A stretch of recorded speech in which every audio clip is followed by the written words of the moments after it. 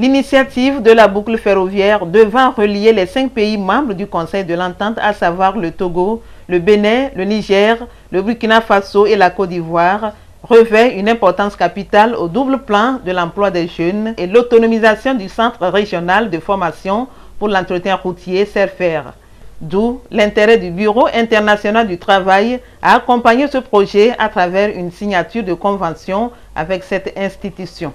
Nous pensons en tant que Bureau international du travail qu'il faut lui apporter une valeur ajoutée. Cela veut dire qu'il faut promouvoir les emplois au sein de ces grands programmes d'infrastructures d'intégration, dont le rail, et aussi faire en sorte que le CERFER qui est en réforme puisse intégrer les curricula de formation sur les métiers du rail. Donc nous attendons que le CERFER, le centre, puisse intégrer les métiers du rail à l'attention des étudiants. L'une des grandes décisions de la réunion des ministres des infrastructures du Conseil de l'Entente est la redynamisation et l'autonomisation du Centre régional de formation pour l'entretien routier CERFER. Jusqu'à ce jour, la formation dans ce centre se limitait à l'entretien routier, alors que le projet de la boucle ferroviaire décidé par les chefs d'État du Conseil va susciter de nouveaux métiers. À travers cet accord de partenariat, le Bureau international du travail s'engage aux côtés du Conseil pour donner l'appui au centre en vue de sa réforme. C'est un accord de partenariat pour appuyer le Centre régional de formation en entretien routier, lui apporter un appui technique pour se moderniser en termes de création de nouveaux filières, surtout les filières concernant les chemins de fer. Parce que, comme vous le savez, il y a un projet, un chantier, que je dirais le chantier du siècle, qui va relier les 5 pays du Conseil de l'Entente à travers par le rail. C'est un chantier qui est déjà en cours de mise en œuvre et on pense qu'il faut former les jeunes aux nouveaux métiers du rail. Il faut créer des emplois avec ce grand chantier.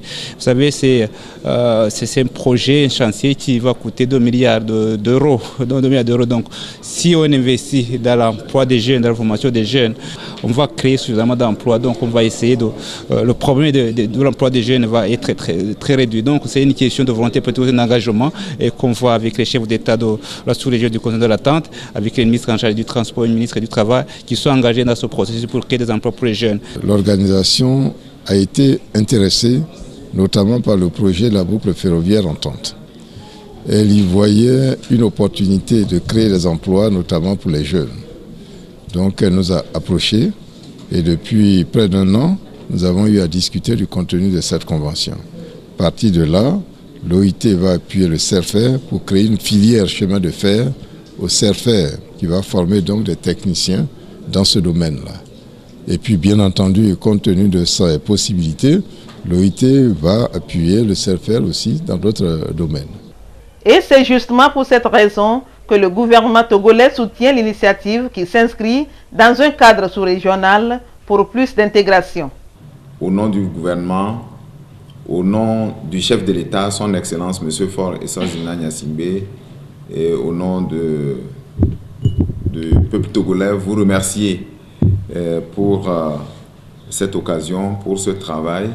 Et nous espérons que les décisions que nous venons de prendre, en fait les propositions de décision qui seront soumises au prochain sommet des chefs d'État du Conseil de l'Entente, vont sûrement ouvrir la voie de la modernisation à notre institution commune.